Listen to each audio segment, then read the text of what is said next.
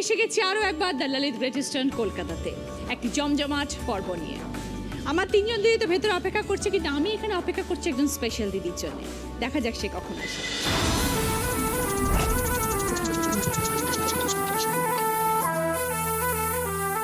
Welcome, তোমার জন্যই অপেক্ষা। Thank you so much. আমিও এসে খুব খুশি। এসো। আমি ভাবতেই পারিনি।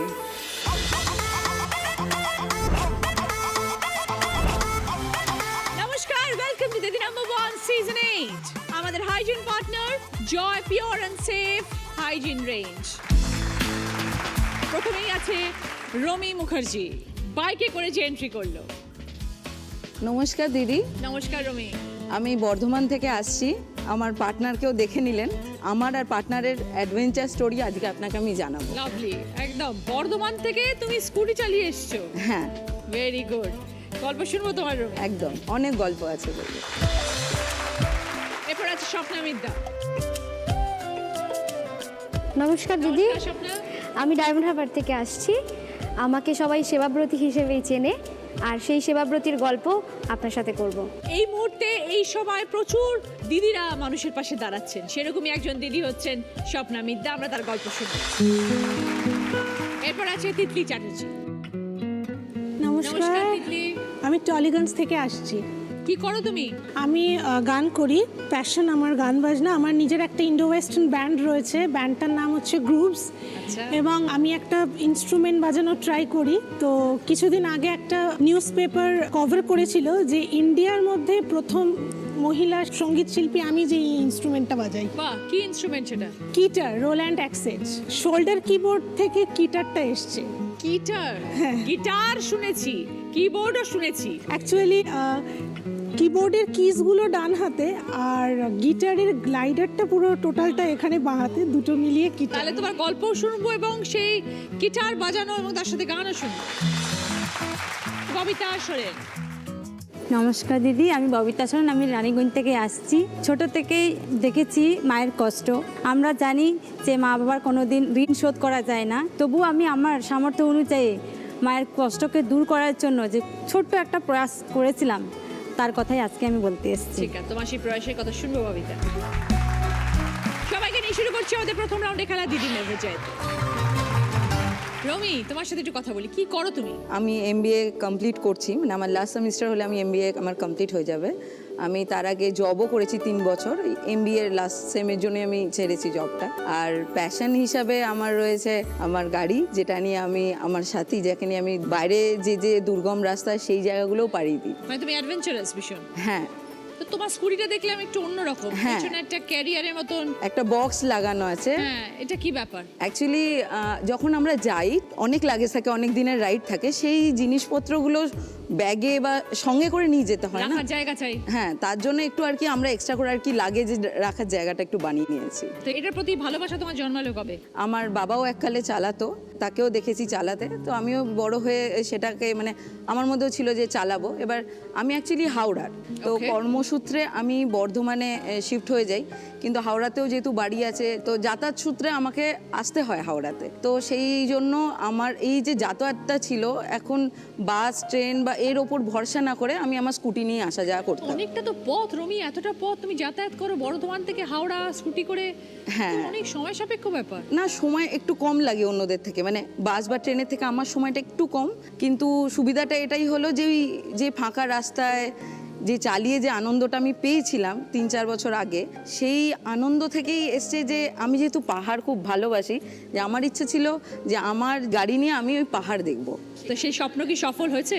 একদম গেছি। আচ্ছা। প্রথম লং রাইড ছিল আমার সিকিম। কিভাবে গেলে? রুটটা কিভাবে ছিল? আমরা যেরকম ভাবে গাড়ি করে যাই, যেন ট্রেনে যাই, তারপর আমরা একটা গাড়ি ভাড়া করি, সেরকম ভাবে যাই, সেই টোটালটাই আমার স্কুটিতে হয়েছিল। এটাই। মানে একদম কলকাতা থেকে গেছে স্কুটি করে? না, বর্ধমান থেকে শুরু করেছিলাম। আচ্ছা। আর বর্ধমানে এসেই শেষ করেছি। তো অনেক লম্বা ট্রিপ ছিল একদম। হ্যাঁ, না বেশি দিনে না, 7 দিনে। প্রথম আমার রাইড ছিল গুরুদংবার লেক, যেটা 17,800 ফিট উঁচু। কি করে উঠলে? ইচ্ছা শক্তি। কজন মিলে গেছিলে? আমার বোনই ছিল, ও চালায় আর কি, ও ইউজ টু এরকম ভাবে চালিয়ে, তো ও আর আমি ছিলাম, আর কেউ ছিল না। 2 জন মহিলা, এতটা পথ? অ্যাকচুয়ালি ওখানে গিয়ে না লোকজন যারা ওয়েস্ট বেঙ্গল থেকে গেছে, কলকাতার লোকজন, তারা আমাদের ছবি তুলে নিয়ে যেত, যে বাড়িতে গিয়ে দেখাবো যে কলকাতা থেকে এরকম মেয়েরা চালিয়ে এসছে। বাবা ক্যা বাত, এটা দুজনেরই শখ ছিল, তো আমরা দুজন মিলেই করেছিলাম। খুব ভালো। তো 7 দিন যখন আমরা আমি যখন ফিরছি, ওটা আমার প্রথমবার ছিল, যেখানে আমি গুরুদংবার গেছি, ওইদিকে নাথুলা আছে, সিল্ক রুট, জুলু, টোটালটাই আমি ঘুরেছিলাম। তো যখন ফেরার সময় খুব মন খারাপ, যে এই তো মানে এই শুরু হলেও শেষ হয়ে গেল, এরকম একটা ব্যাপার লাগছে। তখন মনে হলো না আবার আসতে হবে, আর একটু বেশি দিন নিয়ে আসতে হবে। তো নেক্সট আমি ঠিক করলাম স্পিতি ভ্যালি, যেটা হিমাচল প্রদেশে রয়েছে। এখান থেকে হিমাচল গেছো? বর্ধমান থেকে শুরু করেছিলাম, একটা লং টাইমের জার্নি ছিল। ট্রেনে যেতে 2 দিন লাগে, দিল্লি বা চণ্ডীগড় ঢুকতে আমার 3 দিন লেগেছিল। মানে বর্ধমান থেকে? হ্যাঁ, বর্ধমান থেকে বেনারস থেকে আগ্রা। কোনো ব্যাপার না, গড়িয়ার থেকে যাদবপুর থেকে নমস্কার। আনবিলিভেবল, তুমি গুরুদম্বারের কথা বলছো, আমি তাতেই অবাক হয়ে যাচ্ছে, তুমি এখন আমাকে সিমলার গল্প শোনাচ্ছ। লোকে অ্যাকচুয়ালি লাদাখ চুজ করে খুব সুন্দর বলে, বাট স্পিতির এত হিডেন সিক্রেট আছে আমরা অনেকেই জানি না। আমি নিজেও জানতাম না। লাদাখের ছবি সার্চ করতে করতে আমার কাছে স্পিতির ছবিগুলো বেরোয়, মানে তখন দেখেছি এটা কোথায়, সেই করতে করতে আর কি দেখি যে আচ্ছা লাদাখের পাশেই আর একটা জায়গা আছে যেটা স্পিতি। তো আমি চেয়েছিলাম যে এমন কিছু যে জিনিসগুলো হুট করে লোকজন যায়নি, হয়তো আমি দেখাবো তাদেরকে, সেই হিসাবে আমার স্পিতিটা আমি চুজ করেছি। তো রমি, ধরো এরকম ধরনের একটা জিনিস যেখানে ধরো এরকম বাঁক পাহাড়ের, তারপরে ধরো ন্যাশনাল হাইওয়ে, রিস্ক ফ্যাক্টর তো সবসময় থাকে, তো বাড়ির লোকের সাপোর্ট পাও? না, মানে অ্যালাউ তো করে না, যেহেতু অ্যাকচুয়ালি আমার বাবা অ্যাক্সিডেন্টেই মারা যায়। আমার বাবাও স্কুটার চালাতেন, চেয়েছে যে চালাচ্ছে, লোকালে চালাক, ঠিক আছে, দূরে যাক, সেটা কোনোদিন ওই রিস্কটা নিতে চায়নি মা বা দিদি আমার যে আছে, কোনোদিনই চায়নি। কিন্তু ওই মানিয়ে জোর করে। তো তুমি তখন কত ছোট যখন বাবা চলে যান? আমার তখন 12-13 বছর বয়স। তো তারপর ওই একই জিনিস তুমি আবার চালাচ্ছ এখন? হ্যাঁ, বাই চান্স দেখছি যে পছন্দটা বাবার মতনই হয়েছে আর কি। আমার নিজেরও তো ভয় থাকা উচিত যে বাবা এইভাবে চলে গেলেন। না, আমার ভয় লাগে না, আমার ভালো লাগে। পরিবারে কে কে আছেন? মা আছে, দিদি আছে। এরপরে ফিউচার প্ল্যান কি রমি? আফটার মাস্টার্স একটা বেটার জব অ্যান্ড প্যাশন রয়েছে সাথে। আমার অনেক শুভেচ্ছা রইল রমি। থ্যাংক ইউ সো খুব মাচ। তাড়াতাড়ি জবে ঢুকে যেতে পারো এবং তোমার এমএর রেজাল্টও যেন খুব ভালো হয়। একদম। বাট বি ভেরি কেয়ারফুল, একদম। খুব সাবধানে থাকতে হবে। ভালো থেকো। একদম দিদি। দুটো মেয়ে একা এখান থেকে হিমাচল প্রদেশ চলে যাচ্ছে স্কুটিতে, আনবিলিভেবল। Very good রমি। এবার আমরা খেলা শুরু করব, দেখা যাক আজকে আমাদের খেলা কি।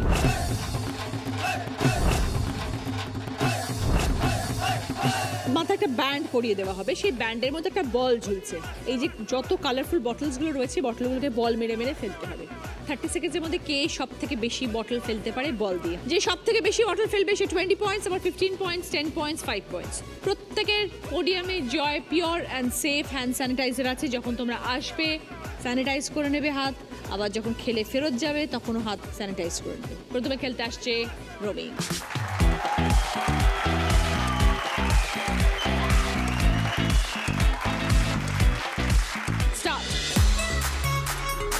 বেশি নাড়িও না, বেশি বলগুলোকে নাড়িও না। চলো মারো। ভেরি গুড, চলো নেক্সট।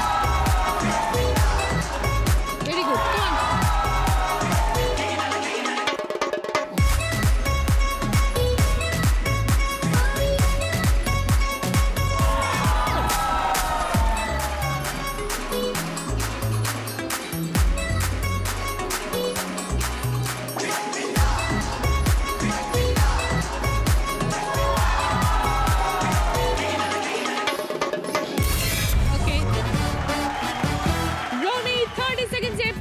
বটল ফেলেছে।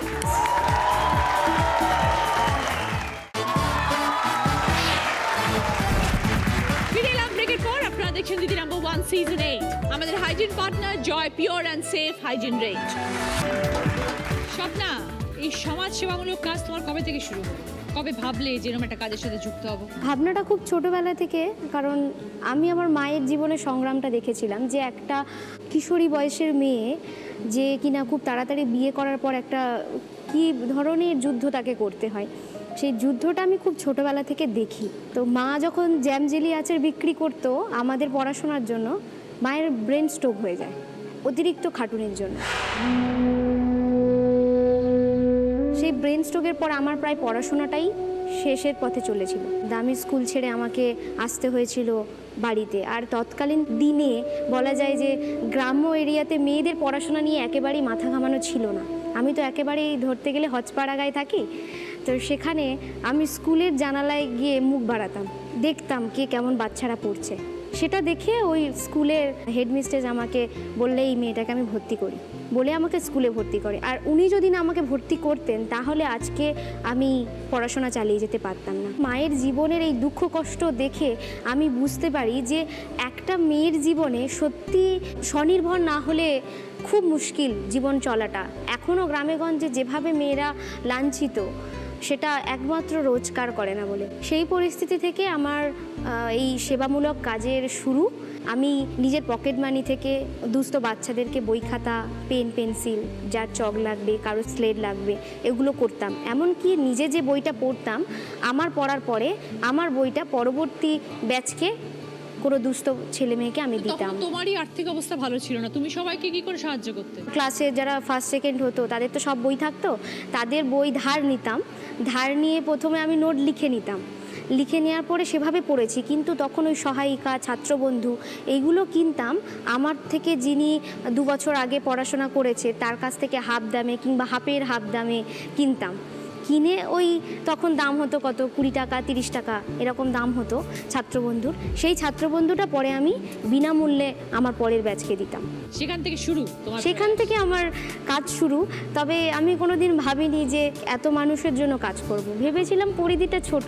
তারপরে পরিধিটা বাড়লো কিভাবে? এভাবে টুকটাক কাজ করতাম, দুস্থ মানুষদেরকে যার যেটা দরকার, কেউ অন্ধ তাকে একটু সাহায্য করা। আমি পয়সা করি কমই দিই, আমি কিছু খাবার কিনে দিই, কিছু জামা কাপড় কিনে দিই, এটা করে থাকি। যখন আমি কলেজে পড়ি প্রথম বর্ষ, ফেসবুকে আমার একটা পোস্ট আমার কাছে আসে এবং আমার এক পরিচিত ফেসবুক ফ্রেন্ড আমাকে বলে, ভাই হয়, যে পুরুলিয়ার চিনপিনা গ্রামে এক মহিলা রয়েছেন ঝুমা প্রামাণিক, যার শরীর 80% পুড়ে গেছে এবং তার স্বামী একজন সেলুন দোকান চালায় ভাড়ার, ছেলে খুব ছোট। এমন পরিস্থিতি হয়েছে যে স্ত্রীর চিকিৎসার জন্য তিনি ট্রেনে ভিক্ষা করছেন এবং লোকেরা, স্বাভাবিক আমরা যেটা করে থাকি, কেউ যদি প্রতিদিন ভিক্ষা চায় আমরা বলে থাকি এই লোকটা মিথ্যা কথা বলে টাকা ইনকাম করছে। তো এরকম যখন দাদার সাথে হয়, দাদা ট্রেন থেকে ঝাঁপ দিয়ে আত্মহত্যা করারও চেষ্টা করেছিলেন। এমনকি অর্থের অভাবে নিজের ছোট ছেলেটার পড়াশোনাও বন্ধ হয়ে যায়, এমনকি ড্রেসিংয়ের যে টাকাটাও তিনি জোগাড় করতে পারছেন না।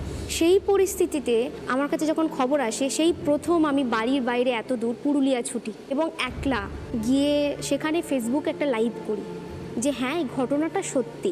সেই ফেসবুক লাইভে আমি সমস্ত ডিটেলস, কোথায় তিনি চিকিৎসা করেছেন, বর্তমান পরিস্থিতি কী, সব কিছু তুলে ধরি এবং সেই ফেসবুক লাইভটা 16,000 শেয়ার হয় প্রথম আমার প্রোফাইল থেকে।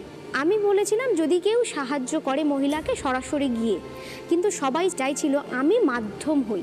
তারপর আমাকে ধীরে ধীরে মানুষ টাকা পাঠাতে থাকে এবং আমি সেটা দিয়ে হসপিটালে দিদিকে অ্যাডমিট করাই। পরপর 5টা দফায় 5টা অপারেশন দিদির হয়। টোটাল 1,29,000 টাকা খরচ হয় এই প্রজেক্টে। দিদি আজকের একেবারে সুস্থ এবং দাদার সেলুনও নতুনভাবে চলছে। তো সেই টাকাটা কি পুরোটাই তোমার এসছে? পুরোটাই ফান্ডে ছিল। আমি তো আমি ভাবতে পারিনি যে মানুষ আমাকে এতটা ভরসা করতে পারবে। সেখান থেকে তোমার শুরু হলো? একদম প্রথমেই একটা বড় কাজ দিয়ে আমার শুরু হয়, যা আমি কোনোদিন ভাবতে পারিনি। এরপরে প্রচুর কাজ হয়, ছোটোখাটো বড়, পরিস্থিতির উপর নির্ভর করে আমি কাজ করি। এখন কি তুমি মেইনলি ডায়মন্ড হারবার এরিয়াতেই মেইনলি করো? আমি অল ওভার ওয়েস্ট বেঙ্গলে কাজ করি। কখনো শীতে ছুটে যাচ্ছি ঝাড়গ্রাম পুরুলিয়া, কখনো করোনা পরিস্থিতিতে ছুটে যাচ্ছি নিজের শহর, আরও 2টো জেলা, আবার কখনো বুলবুলে চলে যাচ্ছি সুন্দরবন, আমফানে চলে যাচ্ছি সুন্দরবন, দিনের পর দিন সুন্দরবনে নৌকাতে কাটছে। এভাবেই আমার কাজ চলে। একা কর, তোমার সাথে লোকবল কি আছে? লোকবল বলতে এসে যায়, বন্ধু বান্ধবরা এগিয়ে আসে। হ্যাঁ, এই যে ডাক পাঠালে ভাই চলো একটু আমার এই কাজটা করে দাও, এভাবে আসে। আজকে আমি আমফান থেকে বা করোনা পরিস্থিতি থেকে আমি 2-4 জনকে পেয়েছি তা আমার টিমে। তো তারপর তোমরা এই 2-3 জন মিলেই এখন কাজটা করছো? এখন 2-3 জন মিলে আমরা সমস্ত যে কোনো প্রজেক্টের প্যাকেজিং থেকে শুরু করে সব কিছু করে লোড করে আমরা বেরিয়ে যাচ্ছি। আগে একা করতাম, ভীষণ কষ্ট হতো, কিন্তু কোনোদিন থামিনি। ঝড় বৃষ্টি জলে এক হাঁটু কাঁদাতেও থামিনি। বুলবুল যেদিন হয়েছে, মানে খুব ভয়াবহ ঝড় ছিল, আমফানের মতোই, তখন সুন্দরবনে পাথর প্রতিমাতে যেদিন ঝড় হয়েছে তার পরের দিনই মানে আমি সকালে চলে গেছি। কেউ ছাড়ছে না, কোনো গাড়ি ঘোড়া চলছে না, রাস্তার ওপর গাছ পড়ে আছে, ডিঙিয়ে ডিঙিয়ে গিয়ে গেছি, সাইকেল নিয়ে ছুটে গেছি এসডিও স্যারের কাছে পারমিশনের জন্য। এরকমও হয়েছে, কিন্তু কোনো দিন থামিনি। তবে আমার এই উদ্যোগ দেখে অনেকে পাশে আসছে, বলছে তোমার সাথে কাজ করব, এটাই আমার ভালো লাগছে যে আমার সাথে কাজ করতে চাইছে মানুষ। এই কদিনের মধ্যে কত মানুষের পাশে দাঁড়িয়েছো স্বপ্না? মানে 2000-এরও বেশি বাচ্চার কাছে জামা কাপড় পৌঁছেছে, পথ শিশু। করোনা পরিস্থিতিতে 650 পরিবারকে হেল্প করা হয়েছে, আমফানে 1200-এরও বেশি মানে পরিবারকে হেল্প করা হয়েছে। তো এইভাবে চলতে চলতেই আমার কাজ চলতে গিয়ে আমি ভাবি যে সেই ফিরে আসি মায়ের চিন্তা, মহিলাদের চিন্তা, মহিলাদেরকে ডেভেলপমেন্ট করার জন্য গত 2 বছর হলো আমি একটা কারখানা খুলেছি, সেটাই আমার একমাত্র ইনকামের পথ। স্যানিটারি ন্যাপকিন ম্যানুফ্যাকচারিং করছি আমি। আচ্ছা, এবং সেই স্যানিটারি ন্যাপকিনের একটাই প্রতিশ্রুতি দিয়েছি যে আমাদের পুরো পশ্চিমবঙ্গতে যেসব NGO sanitary napkin free distribution করেন এবং সাবসিডি ক্রিয়েট করেও স্যানিটারি ন্যাপকিন দেন, সেই সব সমস্ত এনজিওকে আমি আমার কস্টিং যেটা আমার আসছে সেই টাকাতে স্যানিটারি ন্যাপকিন দেব, যা বাজারের তুলনায় অনেক কম। এবং আমার পরবর্তী পরিকল্পনা আছে যে আমি 2000 মহিলাকে প্রতি মাসে স্যানিটারি ন্যাপকিন বিতরণ করব, যারা সত্যি স্যানিটারি ন্যাপকিন কেনার ক্ষমতা রাখে না। প্রত্যেকটি প্রয়াস তোমার খুব ভালো স্বপ্ন। এইভাবে জীবনে আরও এগিয়ে যাও, মানুষের পাশে দাঁড়াও, সকলের ভালোবাসা নাও, সকলের শুভেচ্ছা নাও, আশীর্বাদ নাও। একদম। সেটা ছাড়া তুমি পারবে না। এটাই আমার এগোতে। সেবা, এটাই হ্যাঁ, আমার সেবা সারা খুব জীবন। ভালো। উপরওয়ালা তোমার ঠাকুর তোমাকে দেখছেন, ঠাকুর তোমার পাশে আছে। খুব ভালো, খুব ভালো থেকো স্বপ্না। Thank you. হ্যাঁ,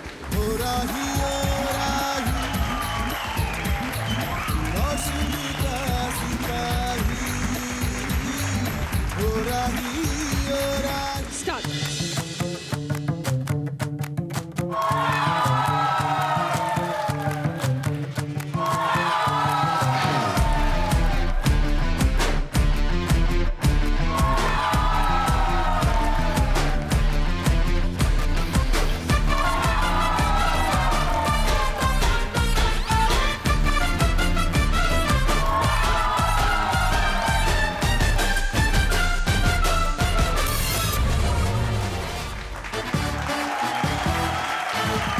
স্বপ্না 30 সেকেন্ডে 8টা বটল ফেলেছে।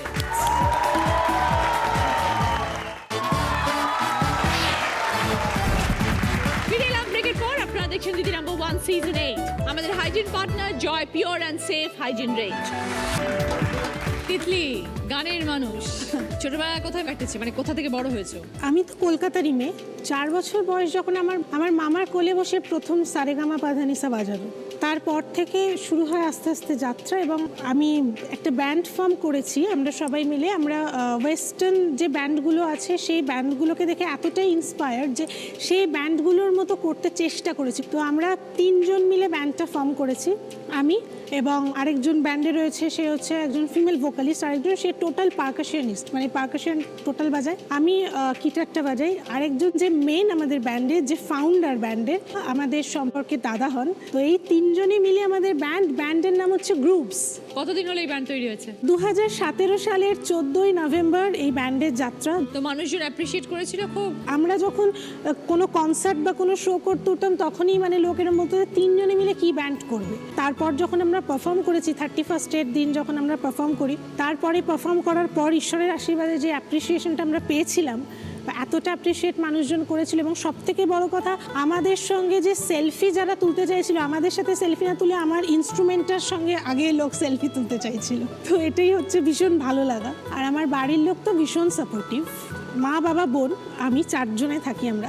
বাবা মা আমার এতটাই সাপোর্ট করেন, এতটাই ওনারা সাপোর্টিভ, মানে ওনাদের মতো বাবা মা পাওয়া ভাগ্যের দরকার আর কি। তো এখন তো তোমার ধরো লকডাউন পিরিয়ড চলছে, হ্যাঁ। শোজ গুলো সব বন্ধ, পারফরমেন্স করতে পারছো না। তো এখন ব্যান্ডকে নিয়ে তোমরা কিভাবে কাজ করছো? পারফরমেন্স করতে পারছি না দিদি বলবো না, কেন বলছি, তোমাদের বড়দের সবার আশীর্বাদে, ঈশ্বরের আশীর্বাদে আমাদের জুন মাস থেকে লাইভ কনসার্টগুলো স্টার্ট হয়েছে, ডিজিটাল কনসার্টগুলো স্টার্ট হয়েছে। এবং আমাদের সামনেই 26 তারিখে যেটা আছে সেটা হচ্ছে বাংলাদেশ থেকে আছে। আচ্ছা, বাংলাদেশের একটি পেজ থেকে ওনারা আমাদেরকে আমন্ত্রণ করেছেন এবং এখন এভাবেই চলছে। এবং কিছু কাগজ রয়েছে, যেমন কিছুদিন আগে একটি নিউজ পেপার কভার করে এবং ওনাদের মতে মানে আমার সব থেকে বড় পাওনা এটা জীবনের, পশ্চিমবঙ্গের তো আছি ভারতবর্ষের প্রথম এরকম কোনো মহিলা শিল্পী যে এই ইনস্ট্রুমেন্টটা ইউজ করছি ওনাদের চোখে দেখা, তো এটা আমার কাছে একটা বিশাল পাওনা। আর আজকে দিদি নাম্বার ওয়ানের মঞ্চে এসে গান গাওয়ার বা গিটার বাজানোর, শোনানোর, দেখানোর সুযোগ পাবো, এটাই আমার কাছে অনেক বড় পাওনা। ভগবান আমাকে অনেক বড় এটা পাওনা দিয়েছে। নিশ্চয়ই তোমার গান এবং গিটার তো আমরা শুনবই, এবং আমার ভীষণ নতুনত্ব লাগলো এই গিটার ব্যাপারটা। Thank you. কারণ এটা সচরাচর শোনা যায় না বা দেখা যায় না, তো সেটা শুনবো এবং তোমার গানও শুনবো। এই কাজের জন্য আমার অনেক শুভেচ্ছা রইলো, তুমি আরও অনেক বড় হও, তোমার এই ব্যান্ডকে নিয়ে আরও অনেক দূর পৌঁছাও। ভালো থেকো তিতলি।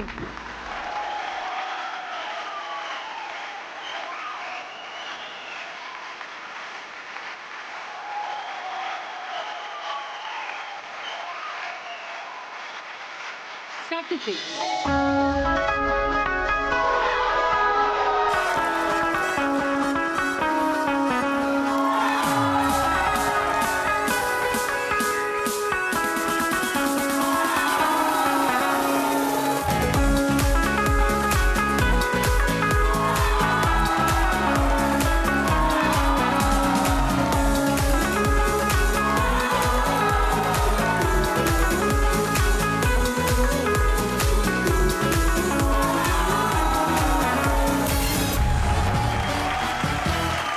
তিতলি 30 সেকেন্ডসে 10টা বটল ফেলেছে।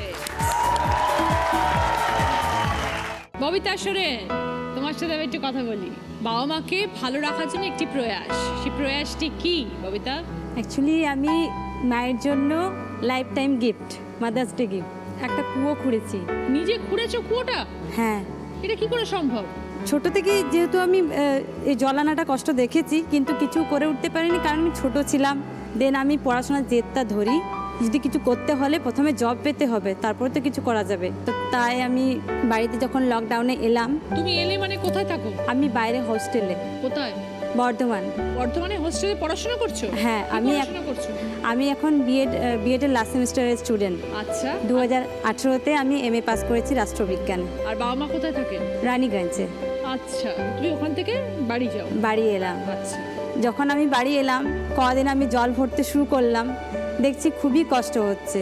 তারপর আমি রিয়েলাইজ করি যে আমি 3-4 দিনে আমি ক্লান্ত হয়ে গেলাম। তাহলে মা তো ছোট থেকে নিয়ে আসছে, মানে অনেকটা দূর থেকে বই নিয়ে। হ্যাঁ, অ্যাকচুয়ালি আমাদের বাড়ি যেখানে আছে সেখানে জিওগ্রাফিক্যাল কন্ডিশন রয়েছে, আপ আছে, কয়লা খনি যেহেতু রয়েছে, খাদান। তাই তো, রানীগঞ্জ তো পুরো সেই জায়গা। তো যে কল রয়েছে আমাদের গ্রামে, সেটা আমাদের বাড়ি অবধি যখন প্রেসার আসে তখন কিন্তু জল আসে না।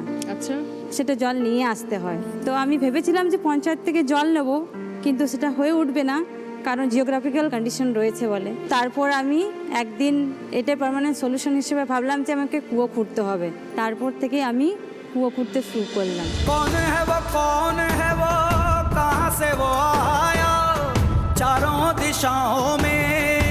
বাড়িতে আমাদের সব কিছু রয়েছে, কোদাল, শাবল, হ্যাঁ, গাইতি সবই রয়েছে। আচ্ছা।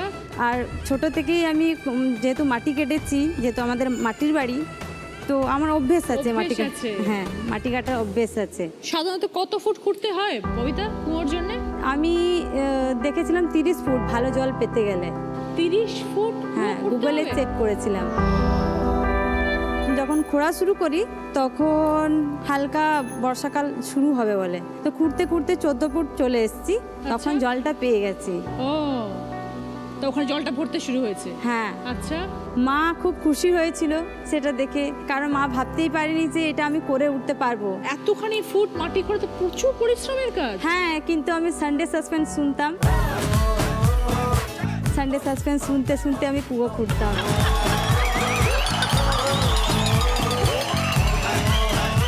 আমি খুঁড়তাম, দিদি ওপরে থাকতো, যদি একটা এপিসোড শেষ হতো আমি দিদিকে নিচ থেকে বলতাম, দিদি পরেরটা চালা। একটা কিছু কানের মধ্যে বাজুক, মনটা তাহলে অন্যদিকে থাকবে। নামতে কি করে, উঠতে কি করে? দড়ি দিয়ে। उसकी भुजाएं बदले कथाएं। দিয়ে আবার সেভাবে উঠে আসতে? হ্যাঁ। তো 14 ফুট খুঁড়তে কতদিন সময় লাগলো ববিতা? 2 সপ্তাহের মতো লেগেছে, কারণ কোনো দিন বৃষ্টি পড়তো, সেদিন নামতাম না। মাকে আর এখন দূরে যেতে হয় না তো?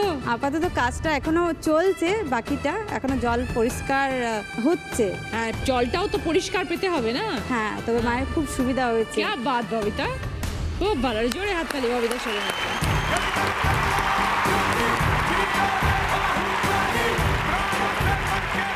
তোমার মতো মেয়ে ঘরে ঘরে হোক, বাবা মার পাশে এইভাবে থেকো সবসময়।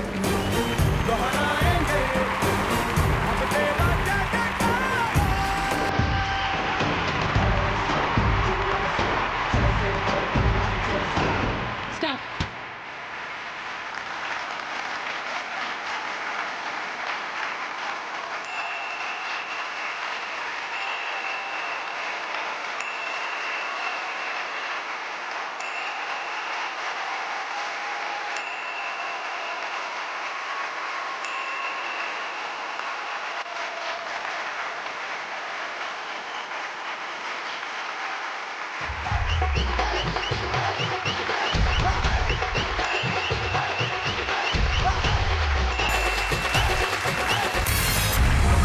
Time up.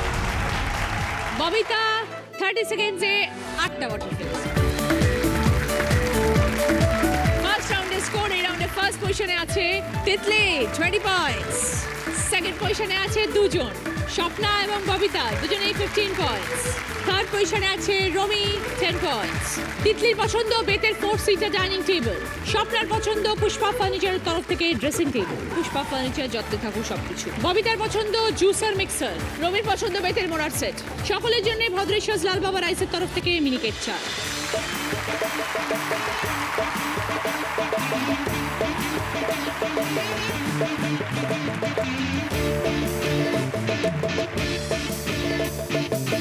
দুনিয়ায় নবী এলো মা মিনার ঘরে, হাসিলে হাজার মানি কাঁদিলে মুক্তা ঝরে। দয়াল মুর্শিদ যার শাখা তার কিসের ভাবনা, দয়াল মুর্শিদ যার শাখা তার কিসের ভাবনা। আমার হৃদয় মাঝে কাবা নয়নে মদিনা, আমার হৃদয় মাঝে কাবা নয়নে মদিনা।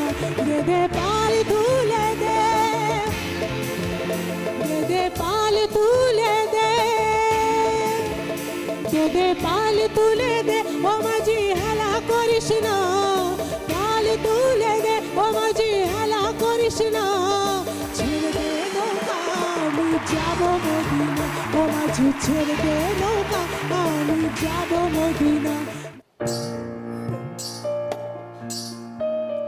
আমার হাত বান্ধিবি পা বান্ধিবি মন বাঁধিবি কেমনে,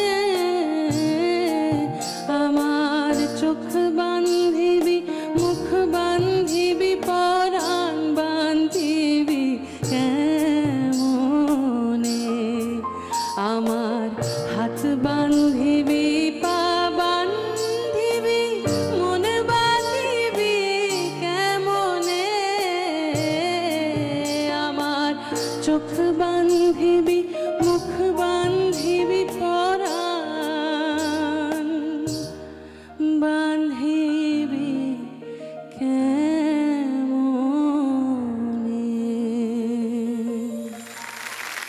আজকের আমাদের স্পেশাল গেস্ট উজ্জয়িনী।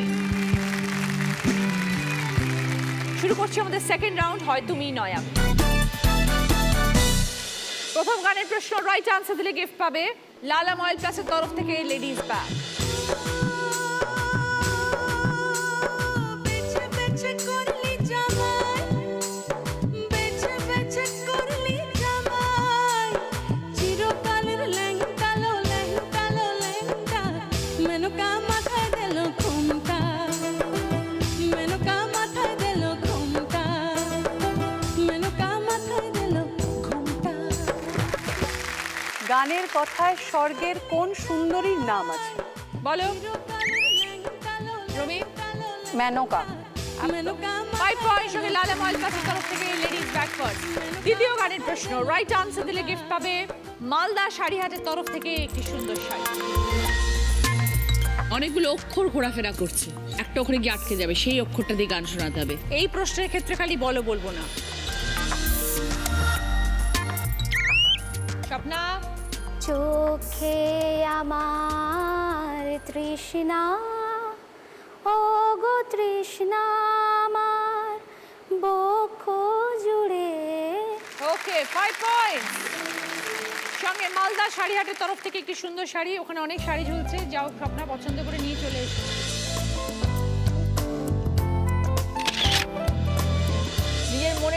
কি করে? ও খুঁজে আমার- পেয়েছো তাকে? বিয়ে হয়ে গেছে তো দেখছি। হ্যাঁ হ্যাঁ আমার এই 26শে জুন বিয়ে হলো। আচ্ছা, লকডাউনের এই লকডাউনে? মধ্যে- হ্যাঁ লকডাউনের মধ্যে বিয়ে হয়েছে।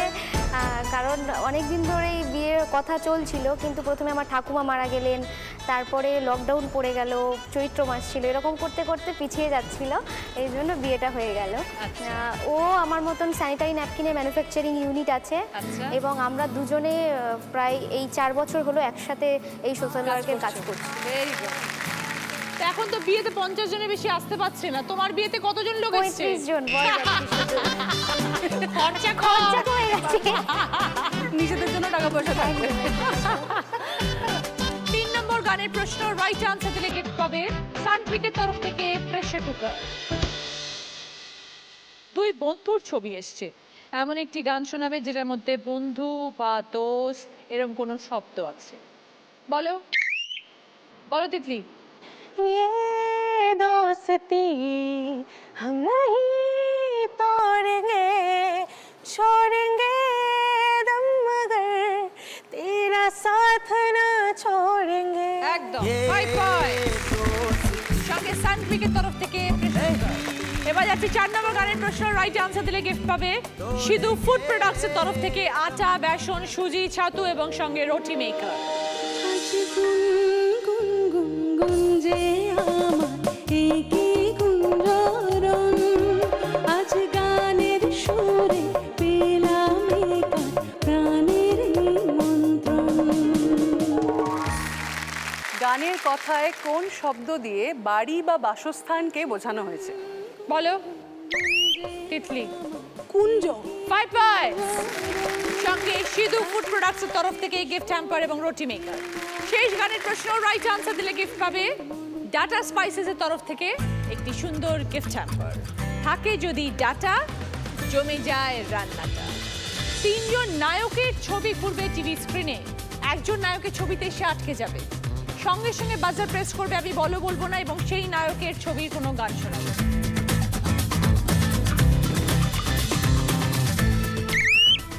ববিতা। कहो ना प्यार है, कहो ना प्यार है। একদম 5 পয়েন্টস। সঙ্গে ডাটা স্পাইসের তরফ থেকে গিফট হ্যাম্পার। ना मैं समझी ना मैं जाना जो भी तुमने मुझसे कहा है सेन्योरिटा, मगर फिर भी न जाने क्यों मुझे सुन के अच्छा लगा है सेन्योरिटा। मुझको बाहों में तुम घेरो, पास आओ तुम मेरे, मुझसे अब नजर ना फेरो, समझी ना सेन्योरिटा, चाहत के 2 पल भी मिल पाए, दुनिया में ये भी कम है क्या, 2 पल तो आओ तो जाए, भूले हम होता है क्या सेन्योरिटा, सुनो सुनो सेन्योरिटा कहते हैं हम क्या। শুরু করবো আমাদের থার্ড রাউন্ড, কার দৌড় কত দূর। আজকের আমাদের স্পেশাল গেস্ট ধ্রুব। এটা হচ্ছে অভিনয় রাউন্ড। ফার্স্ট টপিক, কি দেখাচ্ছে দেখো।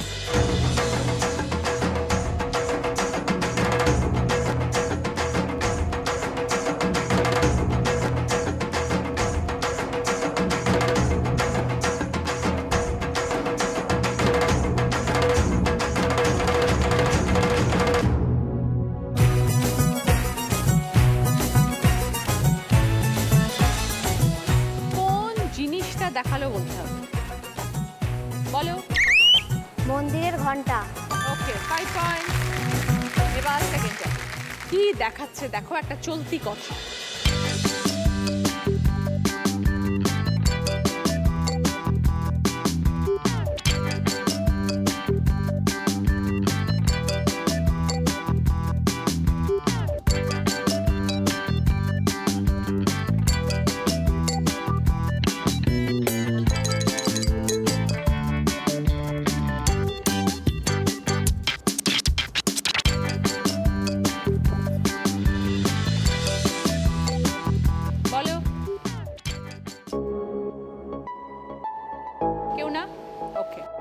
উত্তরটা ছিল ভিজে বেড়াল। দেখাচ্ছিল বেড়াল আর জল ঢালা হলো ওর গায়ে, তাই জন্য চলতি কথা ভিজে বেড়াল। থার্ড টপিক, একটি খাবার জিনিস।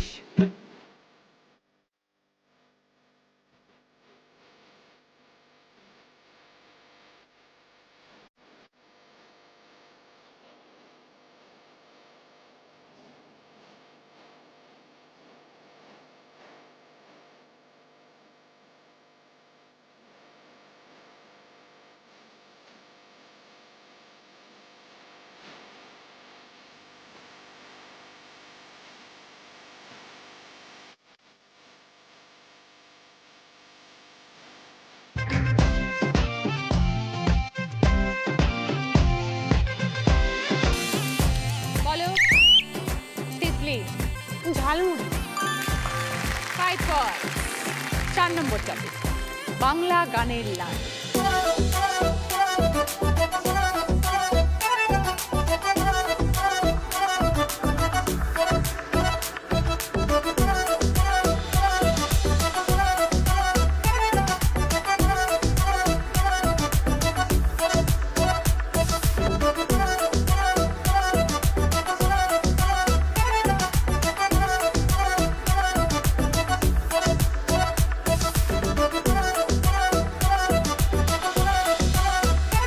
বলো। তিতলি। এই পথ যদি না শেষ হয়। 5 পয়েন্ট। শেষ টপিক, 5 নম্বর টপিক, কি দেখাচ্ছে দেখো।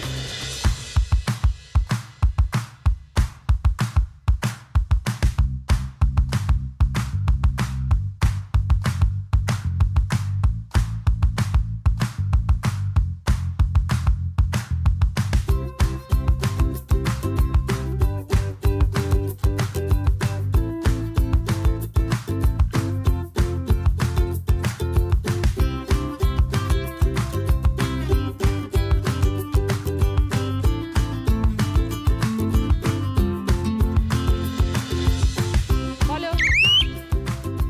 কুয়ো থেকে জল তুলে স্নান করছে। 5 point. Thank you Dhruba. Thank you so much, সবাই খুব ভালো থেকো, সাবধানে। Thank you. এই রাউন্ডে ফার্স্ট পজিশনে আছে তিতলি, 15 পয়েন্টস। গিফট আছে হচ্ছে ওখানে স্যানিটাইজার কিট, ভদ্রেশ্বর লাল বাবা রাইসের তরফ থেকে গ্রসারি আইটেম, স্ন্যাক্সের ট্রে সেট এবং আছে বিভিন্ন ধরনের ফলের বাস্কেট। কি চাই বলো? Fruits basket. ওকে, তিতলির জন্য ফ্রুটস বাস্কেট। সেকেন্ড পজিশনে আছে স্বপ্না, 5 পয়েন্ট। স্বপ্না কি নেবে, গ্রসারি না স্যানিটাইজার কিট? Sanitiser spray. স্বপ্নার জন্য রয়েছে স্যানিটাইজার কিট। ফিরে এলাম ব্রেকের পর, শুরু করবো আমাদের শেষ রাউন্ড, বুদ্ধিতে বাজিমাত। যিনি আজকে দিদি নাম্বার 1 হবেন তিনি পেয়ে যাবেন সেনকো গোল্ড অ্যান্ড ডায়মন্ডসের তরফ থেকে সোনার হার। সকল দিদিদের জন্য রয়েছে রুবি জেনারেল হসপিটালের তরফ থেকে বিশেষ প্রায়োরিটি হেলথ কার্ড। ভালো থেকো। আপনার অথবা পরিবারের যে কোনো একজনের জন্য free annual health check up package. আমরা এখন আছি দ্য ললিত গ্রেট ইস্টার্ন কলকাতাতে। আপনারা এখানকার খাবার অনেকেই খেয়েছেন, আর এখন আপনারা সেই খাবার পেয়ে যাচ্ছেন বাড়িতে বসে। হ্যাঁ, সব থেকে সেফ এবং হাইজিনিক্যালি বানানো প্যাকড খাবার নিজেরাই পৌঁছে দিচ্ছেন the Lalit Great Eastern Kolkata আপনার বাড়িতে। প্রথম প্রশ্ন, রাইট আনসার দিলে গিফট পাবে নন স্টিক কুকওয়্যারের সেট। জোকার, নারদ, পালকি, পরপর 3টে শব্দ, একটা করে অক্ষর নিয়ে একটা নতুন শব্দ বানাও।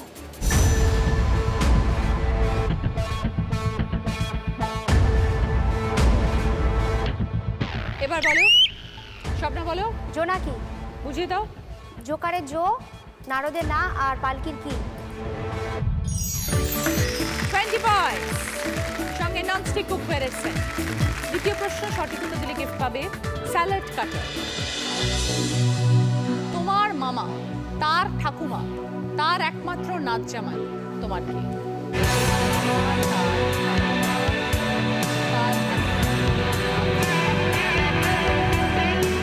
এবার বলো রমি। আমার বাবা, বোঝাও এবার। আমার মামা, তার ঠাকুমা, মানে আমার মায়েরও ঠাকুমা, Correct. তার নাচ জামাই যে হচ্ছে সেটা হচ্ছে আমারই বাবা। 20 পয়েন্টস, সঙ্গে স্যালাড কাট। 3 নম্বর প্রশ্ন রাইট আনসার দিলে গিফট পাবে ওয়াটার পিউরিফায়ার।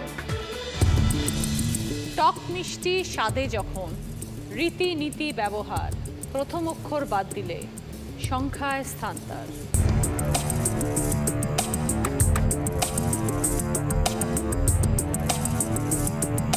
এবার বলো।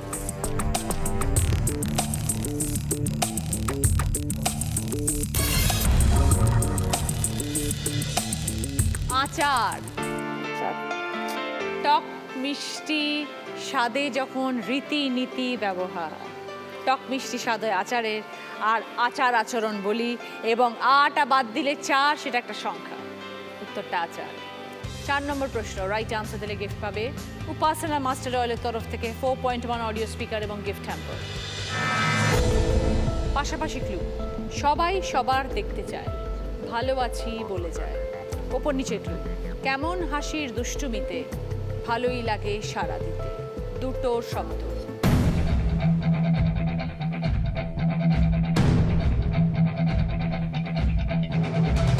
এবার বলো তিতলি। পাশাপাশি হবে হাসি খুশি। টাইম আপ, দেখে নি। হাসি মুখ আর মুচকি। সরি তিতলি, -10। শেষ প্রশ্ন 5 নম্বর প্রশ্ন রাইট আনসার দিলে গিফট পাবে 6.2 কেজিজ এর অটোমেটিক ওয়াশিং মেশিন। শেষ প্রশ্নে যাওয়ার আগে score. Robi score 35, Swapna score 45, Titli score 35, Babita 20। সকলের সামনে সুযোগ আছে উইনার হওয়ার। 30 পয়েন্টসের আনসার যে উত্তর দেবে সে আজকের উইনার। ছবিটা ক্লু শূন্য স্থান পূরণ করো।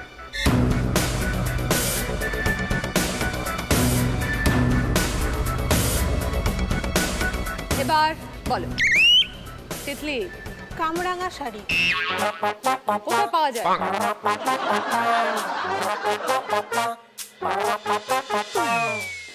কয় আকার যোগ হয়ে যদি কামরাঙা শাড়ি হতো তাহলে কয় আকার যোগ হতো? -20। এবার বাকি 3 জন খেলবে, ববিতা, স্বপ্না, রমি। 20 পয়েন্টসে। এবার বলো ববিতা। পাড় রাঙা শাড়ি। পাট ভাঙা শাড়ি। নতুন শাড়িকে যখন আমরা খুলি সেটাকে বলি পাট ভাঙা শাড়ি। -10। 5টা প্রশ্নের খেলা শেষ। যার স্কোর সব থেকে বেশি সেই আজকের উইনার। আজকে দিদি নাম্বার 1 স্বপ্না আমিদ্দা with 45 points। এবার স্বপ্নার জন্য রয়েছে জ্যাকপট রাউন্ড, যেটা খেলে জিততে পারলে পাবে জি বাংলা এবং সেনকো গোল্ডেন ডায়মন্ডসের তরফ থেকে সোনার গিফট। সময় শুরু হচ্ছে এখন, স্টার্ট। রসগোল্লা, চমচম, চাল কুমড়ো, মুড়িঘণ্ট, পালং শাক। পালং শাক, মুড়ি ঘন্ট, চমচম,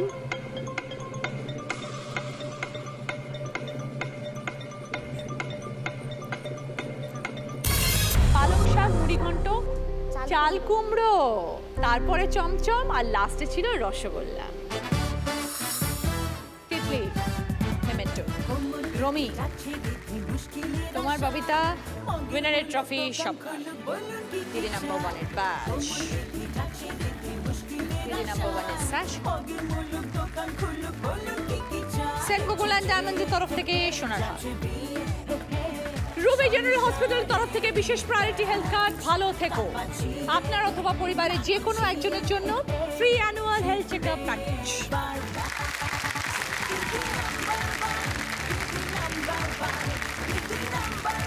মুখরোচক চ্যানেলের তরফ থেকে গিফট হ্যাম্পার। মি অমরের তরফ থেকে দিদি নাম্বার 1 কে। সকলের জন্য মি অমরের তরফ থেকে গিফট হ্যাম্পার। আজকের মতন এই পর্যন্তই। সবাই ভালো থাকুন, সুস্থ থাকুন, সাবধানে থাকুন। দেখা হবে আগামীকাল ঠিক বিকেল 5টায়।